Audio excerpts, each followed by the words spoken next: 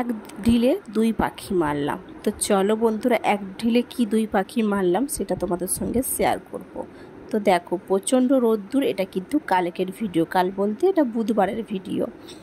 তো দেখো রোদও দিয়েছে, তাই ভাবছিলাম ভাদ্র মাস তো এখনও শেষ হয়নি, জামা কাপড় মিলতে হয় ও রোদে দিতে হয়, তাই রোদে দেবো না ভাবছিলাম। কারণ ঘাটের আগে বিছনাগুলো আমাদের যে মানে মারা গিয়েছিল শ্রাদ্ধ ঘরের আগে বিছনাপত্রগুলো দিয়ে দিয়েছিলাম রোদে, আর জামা কাপড় কিন্তু কিছু করা হয়নি। তো ভাবলাম চলো জামা কাপড়গুলো দিই। তো কাপড়গুলো একটা একটা করে সব টাঙিয়ে দিয়েছি।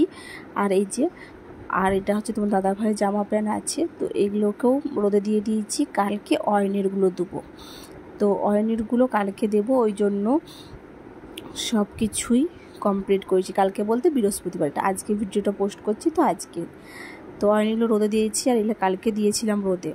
তো দেখো অয়নকে ডাকছি চলে আয়, কারণ 2 ঘন্টা রেখেছি, বেশিক্ষণ তো ভালো জামা কাপড় রাখা যাবে না, কারণ ওইটা হচ্ছে রোদ পেলে বেশিক্ষণ রাখা যায় না ভালো জামা কাপড়। তো ওই জন্য এটা মাদুরির মধ্যে দিয়েছি, মাদুরির শুয়ে দিয়ে যাব, কারণ প্রচণ্ড রোদ্দুর, আর এত রোদ্দুরে প্রচণ্ড খারাপ লাগছে আমাকে, বলার কথা নেই, গরম তো আরও বেশি। তো দেখো আগে অয়নকে ডাকছি আয়নারে, আর মাদুরিটা ধরে দুজনে মিলে ছাদ থেকে নিচে নামিয়ে দেবো। তারপরে আমি একটা একটা করে সব শাড়ি নিয়ে যাব।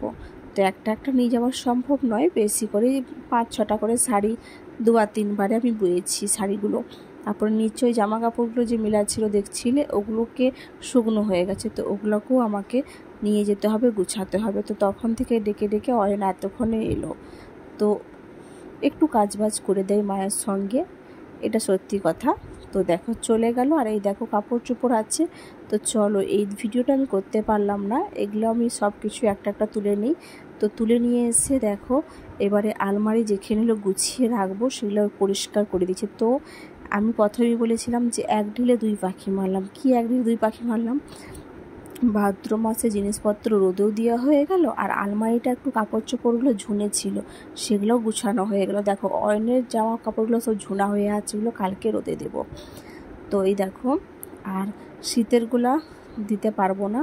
তো দেখো তোমাদের সঙ্গে কথা বলতে বলতে কাপড়গুলো সব পাট হয়ে গেছে, দেখো পাট করা আছে, খুব সুন্দর দেখতে লাগছে, কিন্তু সবগুলো গুছিয়ে রাখবো আলমারিতে। আর এই যে কটা ছাপা কাপড় আছে, তো ছাপা কাপড়গুলোও রাখবো।